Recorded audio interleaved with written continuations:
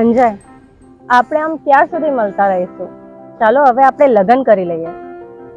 હા, તારી વાત એકદમ સાચી છે. તું મને જ્યારે આગળ ઘરે મૂકવા આવી હતી ને ત્યારે મારા મમ્મી પપ્પા તને જોઈ ગયા હતા. સંજય, આપણી ઓફિસમાં બી બધાને જ ખબર છે. અને પેલું એ ચાપલો મહેન્દ્ર, એ તમારા મમ્મી પપ્પાને કહી દેશે તો? મને પણ છે ને એક ટેન્શન છે, પણ તું જરા કઈ ચિંતા ન કરીશ.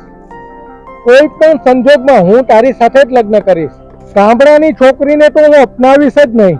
સંજય, તારા મમ્મી પપ્પા એ ગામડાની છોકરીને ઘેરે લઈને આવશે તો તું શું કરીશ? અને મારું શું થશે? હું તારા વગર નહીં રહી શકું. હું પણ લગ્ન તારી સાથે જ કરીશ. તારા માથામાં સિંદૂર પૂરાશે ને તો મારા નામનું જ પૂરાશે. અને મારાથી જુદા મારા મમ્મી પપ્પા પણ તને નહીં કરી શકે. પણ સંજય, તમે તમારા મમ્મી પપ્પાના વિરુદ્ધ આવું લગ્ન કરશો તો તમને ઘેરેથી નહીં કાઢી દે? તારી માટે મારે ઘર છોડવું પડે ને તો પણ હું છોડી દઈશ. અને આપણે નવું ઘર લઈશું. હવે આપણે જઈએ, મારે ઓફિસમાં મીટિંગ પણ છે. ઓકે ચાલો.